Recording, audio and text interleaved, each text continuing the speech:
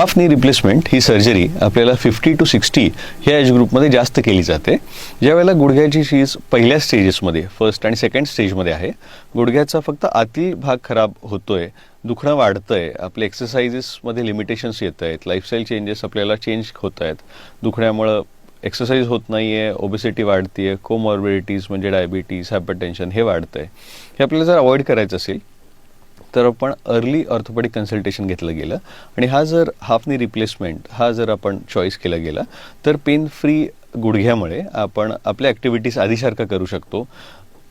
Gym, आपली exercises आहे तसे आधीसारखे ठेवू शकतो आणि एक हेल्दी लाईफस्टाईल जगू शकतो.